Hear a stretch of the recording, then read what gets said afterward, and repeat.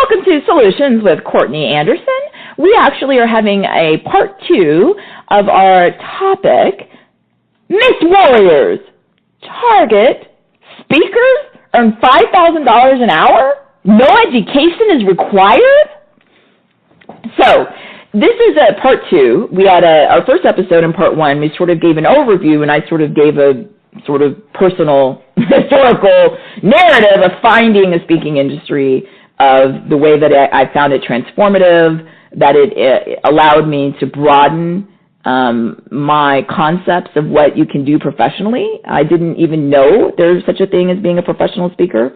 And of course, because this is a show about solutions with Courtney Anderson, I felt that we needed to have a part 2 to follow up on some of the things that people have asked me about over the years, and also some of the things that I see where people are, in my personal opinion, sometimes taken advantage of. So we started off focusing on this whole idea, what's a professional speaker? It sounds weird. Is that a real thing? And we talked about the fact that it is a real thing. And I shared a little bit of my narrative, how I just sort of stumbled on this industry, while working full-time at my law firm, and sort of thought just on like a listing online that, a lawyer was needed for like a 4-day sort of speaking event. I went to Kansas City and met with the people that own this organization where they would market and put on seminars that anybody in the public can sign up for. And then these seminars are held all over, and people just sort of go to a local hotel meeting room or a conference center, and then they just pay a fee, and then anyone can come and hear the speaker talk about a certain topic. And I share that, my way that I entered, of course, was that they needed specific skills, right? They were looking for ideally an attorney. And then that was me. And then I also had to go and do an in-person interview where I had to fly to their business headquarters and perform for a few minutes, give like a little presentation so they could see, although on paper I do have the knowledge and the content, but can I perform? Can I have people sit in a room and make it an exciting, adventurous live experience instead of just sort of be some boring thing where people, are reading off of a worksheet or looking at an overhead presentation. And one of the things that I think is really important that as we go through, what's a myth about the speaking industry and what's a reality is that I don't gloss over, first, how important it is that you have really high-level performing skills. And historically, I think this is what has been, the hallmark of what people who become, speakers. They're good performers. You're a good entertainer. This is a very difficult type of performing. I've shared in other programs that a long time ago, I'm a lifelong music lover, and a long time ago I started and ran, and ultimately it failed, a independent record label. So I love performing. I always have, but I'm not. I'm not, a talented enough vocalist. Or at least in my mind, I'm not to have done that at the level I would have wanted to. I'm too.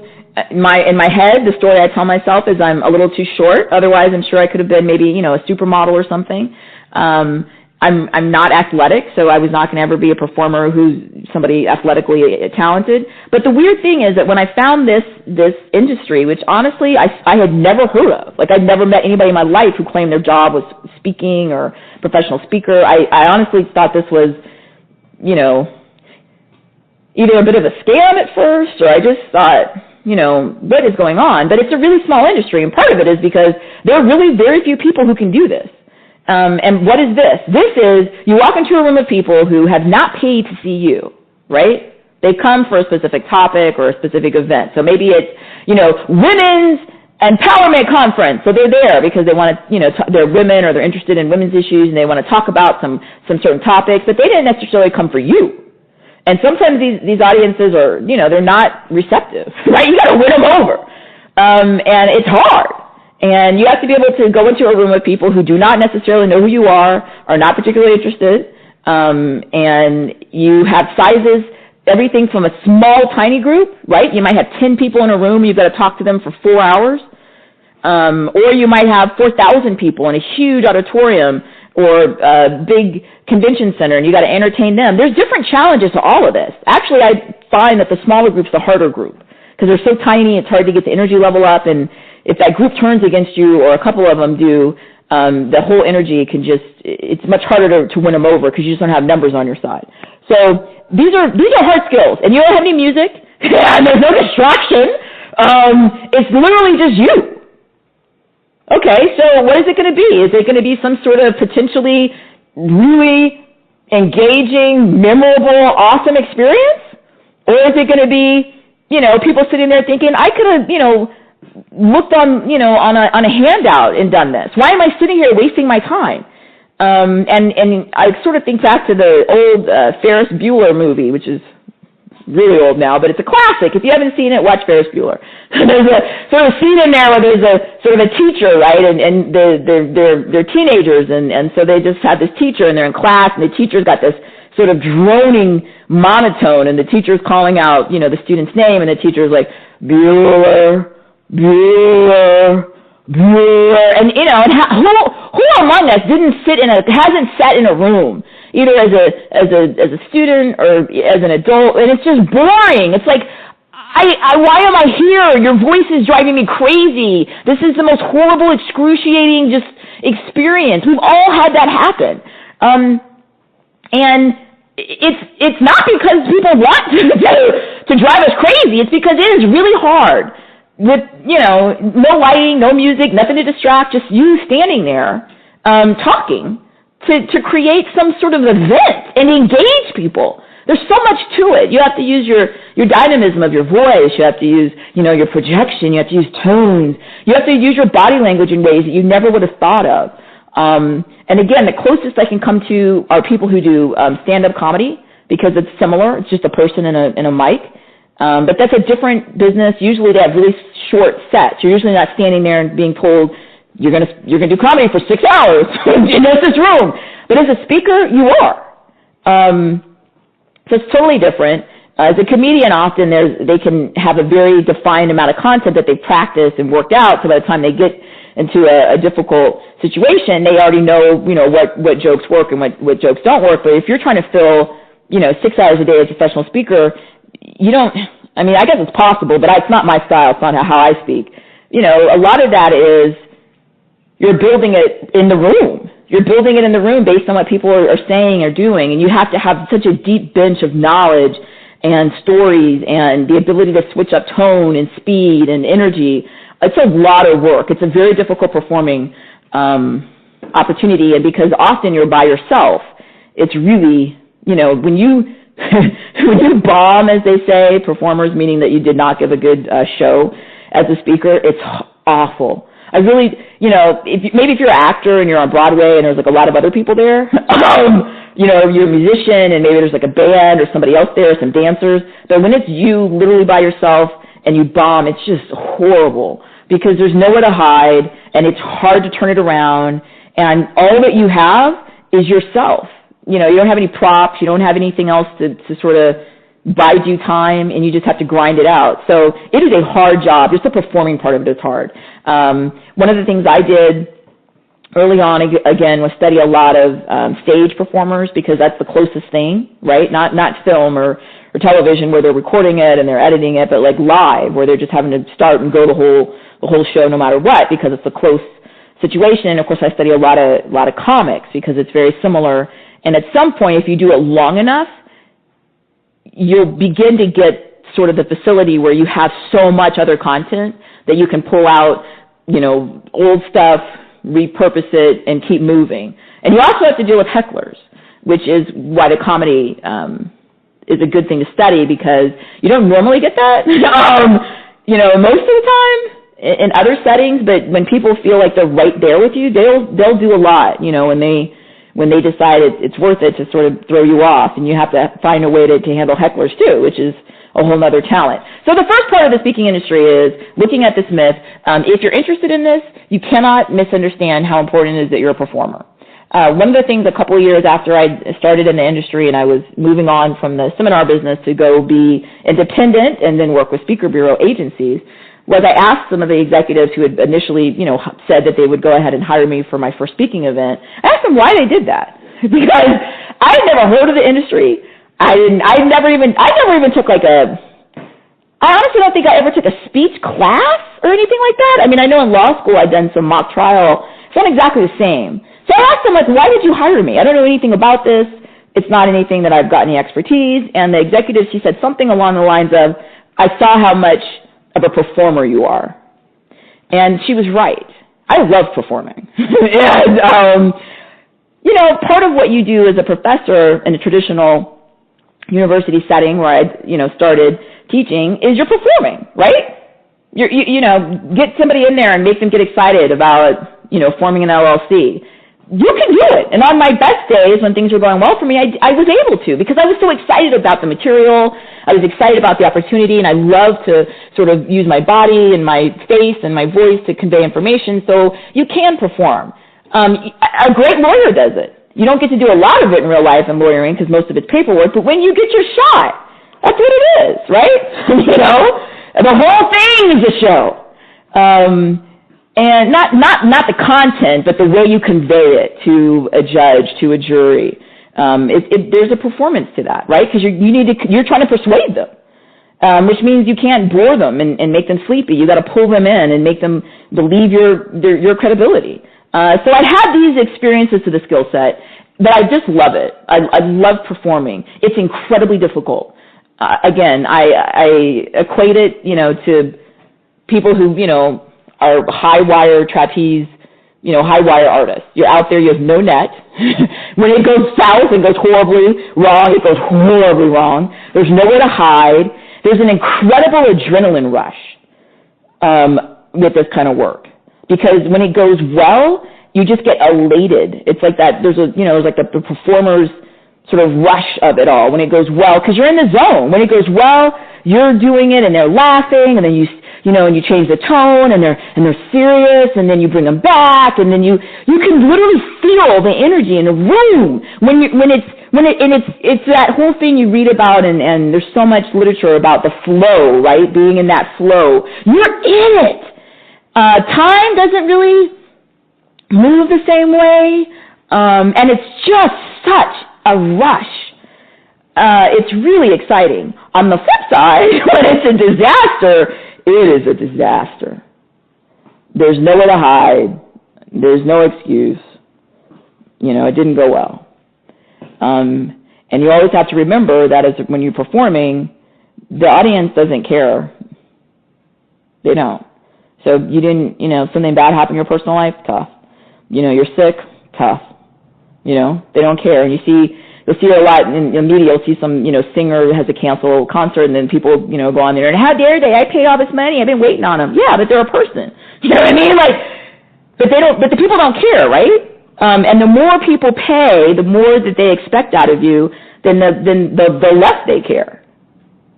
So it's not easy from the performing perspective. If you want to be a speaker, and you're scared to speak, and I've met people like this over the years. I'm so scared. I'm so scared. This is not the right industry. It's like telling me that you want to go, be an Olympic swimmer. You're going to go be the next Michael Phelps, but you're scared of water. I don't know what to tell you. That's the medium for this. And nobody in an audience that's paying is going to sit there and give you a break. They're paying. Either they're paying, or their company paid, or, somebody's paying you money. And the more money they pay you, you better put on some sort of a show. And the fact that you are frightened of speaking means this is probably not the right business, unless you go through the work to fix that. But don't bring that, I'm frightened, I'm scared of speaking, but I'm going to go be a professional speaker. It doesn't make any sense at all. And then when you're scared and you're standing there, everybody can feel it. Everything's magnified, remember, because everybody's looking at you. So, hey, if you don't have the confidence, if you don't know what you're doing, everyone can tell it's a disaster. This is probably not the right job for you. It is a performing job.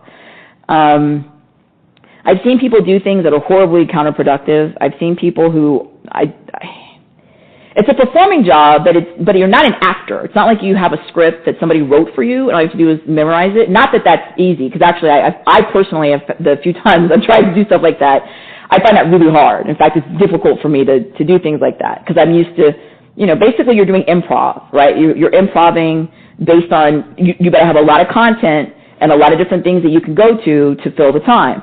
I've seen disasters where one of the worst things I ever saw, a speaker, she was on stage, and she had memorized, apparently, verbatim what she was going to do, which is, I think, a horrible idea. And so she started her speech, and, who knows, whatever, she felt off. And so when she did that, she just stopped. She just went silent and stood there. And then she started panicking, and so she tried to literally just sort of hit reverse, and she just started all the way back over, at her beginning sentence. Like she just, because I guess since she, memorized it, she has to start at the beginning or else she can't do the rest of it. So she's sitting on stage, and there were a couple hundred people in a room, right? And she just, was silent, and then she tried to literally start all back over again, repeating the part she'd already said. And then she, got more lost. Of course, everybody looks at you like you're crazy when you start doing that. Not crazy in a pejorative sense that someone has a mental illness, but, what? You're supposed to be in charge. And it got so bad, and then finally she just stood there, looked sad and scared, and then she ran off the stage and started crying and had this huge, long hallway that she had to run down to get from the stage to the back of the door in the back of the room because there were hundreds of people in the room, and just was crying, running down the hallway. It was literally, and all these years, that was years ago now. That's the worst thing I've seen happen because it was just a disaster. And everybody feels so bad, that's in the room, but also people resent it. Like, why did you get up there if you can't do this? And I have to agree. I've given horrible, speeches, but you never quit, and you never stand there and just shut up and just stand there silently, and you never stand there and start crying. I mean, really? But you don't do that as a lawyer, you don't do that as a professor, you have to just keep moving, and I just think it's the wrong job for some people. So the performing part is a lot of this. It's so much of it that the second part is content, right? What are you saying? Let me put it to you like this. If you're not a performer, it doesn't matter what your content is because you're not going to be a speaker that's a performing speaker. As a professor, which of course was something I'd done before I practiced law and before I found the speaking industry, and I do now, which I still love and hope to do forever because it's one of my true loves. And I know there's a lot of people, complete geniuses, right, who have incredible content, but they don't have the performing skills sort of in a mass entertainment culture to convey it in a way where it's entertaining. And there's a lot of, very specific academic application of content expertise that of course has nothing to do with what we're talking about. This is sort of a mass market business where bureaus hire people who are professional speakers, and they hire people who are, accomplished, so they won the Olympics or they won the Nobel Prize or whatever. But if you are not someone who's won the Olympics or the Nobel Prize and you just want to get in there and be a professional speaker, your performing skills have got to be top-notch. And if you don't have the top-notch performing skills, then you don't even need to worry about the content because your content's irrelevant. Because if it's that sort of boring, Bueller, then literally you could have the secret of the universe and no one's going to hire you because it's not conveyed in a way that's engaging. So that's that. So you have to have your performing skills. And if you have pretty good performing skills, you need to sit down and get better. This is an incredibly difficult business. It seems like it's getting harder year after year. And you can never forget how important it is to get better. So challenge yourself artistically as a performer. And I will add this because I learned this the hard way. Always take care of your instrument, of your voice. I got to a point where I was speaking so much, and I was traveling 300 days a year, and I was just on the road doing almost nothing but speeches. And I started nodules on my vocal cords because I wasn't, practicing, vocal hygiene, and I just took it for granted, right? And I talked to the doctor, and he was explaining to me, and he was showing me, and he was talking about how serious this is, and if I didn't sort of arrest the situation with my speech therapy and the other things I was going to try to do, then surgery would have to happen. And then it dawned on me that if I can't speak at all, then I'm kind of doomed. So I sort of didn't take it seriously. I think if I was like a singer or something, I would have thought, oh, of course, I have to rest my instrument. But I didn't. I just was like, oh, I'm speaking, without realizing how much, strain and damage I was doing to my vocal cords. So there's that. But I didn't need the surgery. I did go to the physical the speech pathologist, and I did everything that I was supposed to, and so far so good, knock on wood. All right, so if you want to be a speaker, I've tried to at length talk about the performing part. If you don't want to perform, if you're scared of people, if you're scared of people looking at you, if you don't like the way your voice sounds, all that kind of good stuff. If you don't like the way you physically appear, I've had a lot of people, actually pretty good speakers, but they say that they don't feel comfortable with someone looking at them. You know, again, wrong job. This is a wrong job. And it doesn't matter what you look like. It just matters how you feel about what you look like. So, you know, if you take whatever you are and you feel good about it and you put on clothes and whatever your accessories are that make you feel awesome and you get on there and you just kill it, you're funny, you're on point, you got the audience with you, then you're fine. But if you feel insecure and I don't want anyone looking at me, I want to hide on stage, it's not even possible. It's only you up there.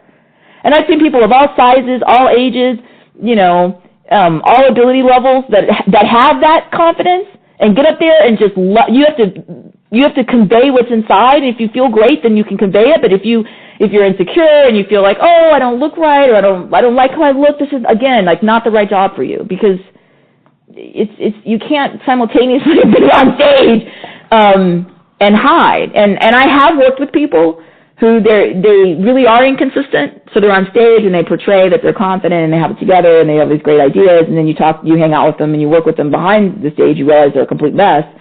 You know, that inconsistency at some point, my personal opinion, will trip you up. And what's the point? You know, I think you need to take your own advice, and if you're just sort of pontificating that there's no substance to it, I think eventually that will hurt you. And I also feel like psychologically, why do that? You know, why go out there and pretend to be something that in your heart you feel like you're not, and you're incongruent with the message you're giving? We did a show about, you know, be careful who you pretend to be, right? Because, you know, we are who we pretend to be. So just don't pretend so much.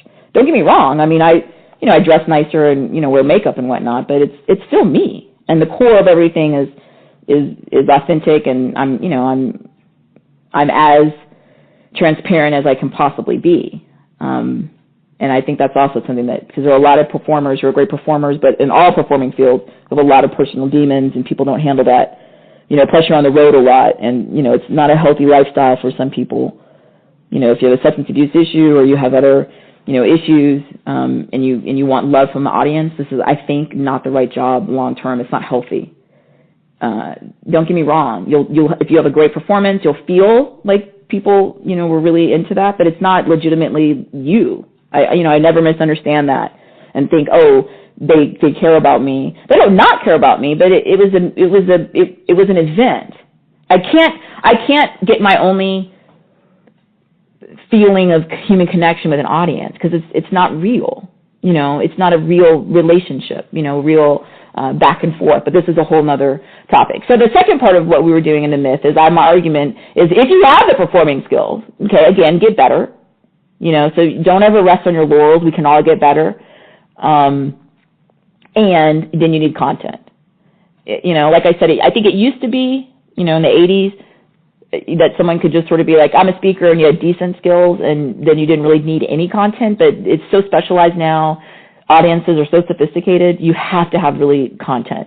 Because I'm a huge lifelong nerd, and I have so much that I've, you know, studied and all the different, you know, academic experience I have and professional experience, I have a ton of content. But I'm still always looking for new content. And I think the key there is to be happy. Some speakers believe, you know, they have one topic, and it's, you know, I don't know, marketing, you know, through social media. And that's their one topic, and that's the only speech they have. And that's one way of doing it. I get bored with that, so I just kind of go with all the things I'm interested in. Some clients will hire me now, and they'll say, just be a humorist. Just get up here and, you know, tell us some good, fun, clean comedy and make it fun. And I do that, and I love it. And some people come and have a very specific, you know, legal issue or a very specific business issue that they want me to address. And I'm happy to do that too. But for me, I need the variety. That makes it harder, though, for people to market me. So when you look at the speaking industry, it's true that there are no formal education requirements. To the best of my knowledge, you don't go to I don't know of any university or program where you get a degree in being a professional speaker. I've never, you know, it could exist, but I'm not aware of it. So you really do have to bring the performing skills, the platform skills, and then my argument is a lot of specialized content. And if you have that sweet spot where both of those sort of intersect, then you'll be great because there's so much opportunity. The challenge is, though, very few people have that. Again, a lot of people are not performers in this mode. Like I said, I'm not the performer. You know, as a musician, I wish I could be because my skills never were what I wanted them to be, and I wasn't willing to invest the time to get them to the level. But in this mode, me and, you know, just a mic, then this is my area because I put a lot of time into this and I love it and it's something that I, you know, find such joy in. And the content is everything. So it's true that I do know people who are fantastic speakers. They've been in the industry a long time. They have great reputations and, you know, might have a high school education and I think some not even that. But it's harder to get into it now and because there's more competition. And my argument would be that you really do need to have specialized content. So if you don't have specialized content and you don't have performing skills, then I can almost guarantee you this is not the right business. I get a lot of questions about should someone join Toastmasters. Toastmasters is an international group to try to help people, you know, with public speaking. I don't think that Toastmasters is relevant to this as a job. You know, I personally have not ever, you know, been to Toastmasters. You know, maybe I should. I've heard great things about it. I just don't know if its purpose is related to the industry that I'm talking about, where you get, you know, you get agents or you go right out and book yourself to clients. I'm not really sure that Toastmasters is necessarily related to that, but you know, it's like anything else. I guess it can't hurt, but I wouldn't necessarily take a Toastmasters success and then try to extrapolate that out to, and now I'm going to go out and give $30,000 keynotes. I mean, I don't necessarily see those as being related. One is sort of a volunteer, you know, free activity. The other one is incredibly competitive business skill. So if you want to, great, but I don't think you should then feel that that's a barometer of your worth in the marketplace. I meet so many people who tell me they want to be speakers. I think part of it is because a lot of people, myself included, right? I'm not an athlete. I'm not tall enough or probably pretty enough to be a model. I can't act. But I can speak, so I could be a speaker. I think a lot of people think, well, maybe I can't sing, but I can talk, so I could be a speaker. And you're missing the part of it where it's like a very specific skill set. Should you give free speeches? I get that all the time. People say, you know, I'm going to be a big, huge speaker. Speaker bureaus won't take me until I already have a client list, which is true. It makes sense from their perspective. And I'm going to go out and I give all these free speeches to my community, you know, and at Toastmasters, and everybody says how great I am. Well, yeah, because it was free. That's not exactly the same. It's the same thing as like American Idol or one of these, you know, singing shows, right? The people come on and they always have those little vignettes before they actually perform and they're saying to the camera, you know, everybody in my school, everybody in my family tells me I'm a great singer. I know I'm going to go in there and they're going to tell me, you know, you're going to Hollywood, you're a star. And then you think, oh, okay, well, maybe that's true. And then they go in there and they open their mouth and it's weird. Like they can't find the tune. They're not a singer. They're not a professional singer. Now, their family and friends might believe they're awesome, but that's not relevant to whether or not they can do that as a job. Do you see the difference? It's sort of like that with speaking. So should you give free speeches? If this is your job, of course you don't give free speeches. You give free speeches if it's a charity event, if it's something that's close to your heart. Just like as an attorney, I do free pro bono services for people in need through different programs. But you don't go out as your business and do that. I'm going to put some programs together and talk about pricing because a lot of people don't understand that if you go out and you price yourself as free, you're the free lawyer, you're the free speaker, you're not going to be able to turn around to that same customer and then charge, you know, your, you know, $300 an hour or you know, $3,000 a day. I mean, it's insane. You're free. You've got to figure out your branding and marketing ahead of time. So should I give free speeches? Everyone should do charity and charitable acts. I do it. I think everyone should. We should be of service. But if that's part of your business plan, you don't have a business plan. This is a hobby. What are public seminars? I talked about that in the first program and a little bit in this one. That's how I started. Are they a good idea? Yeah. If you want to work, they're always hiring. You can go on right now to the website. You have to audition. If you're not good enough for a public seminar, you probably aren't ready for this business. I tell people all the time, the market will tell you. The market will tell you. It's the same thing. How do you get a speaker bureau to accept you? What are your skills? And how do you get on the speaking circuit? I don't know that there is one. I just know that if you have the value, people will hire you. If no one hires you, that means this is not the right business or it's not the right time. Woo! Thank you so much for joining me on part 2 of this topic. And again, always come to CourtneyAnderson.com and join in Solutions with Courtney Anderson. Thank you.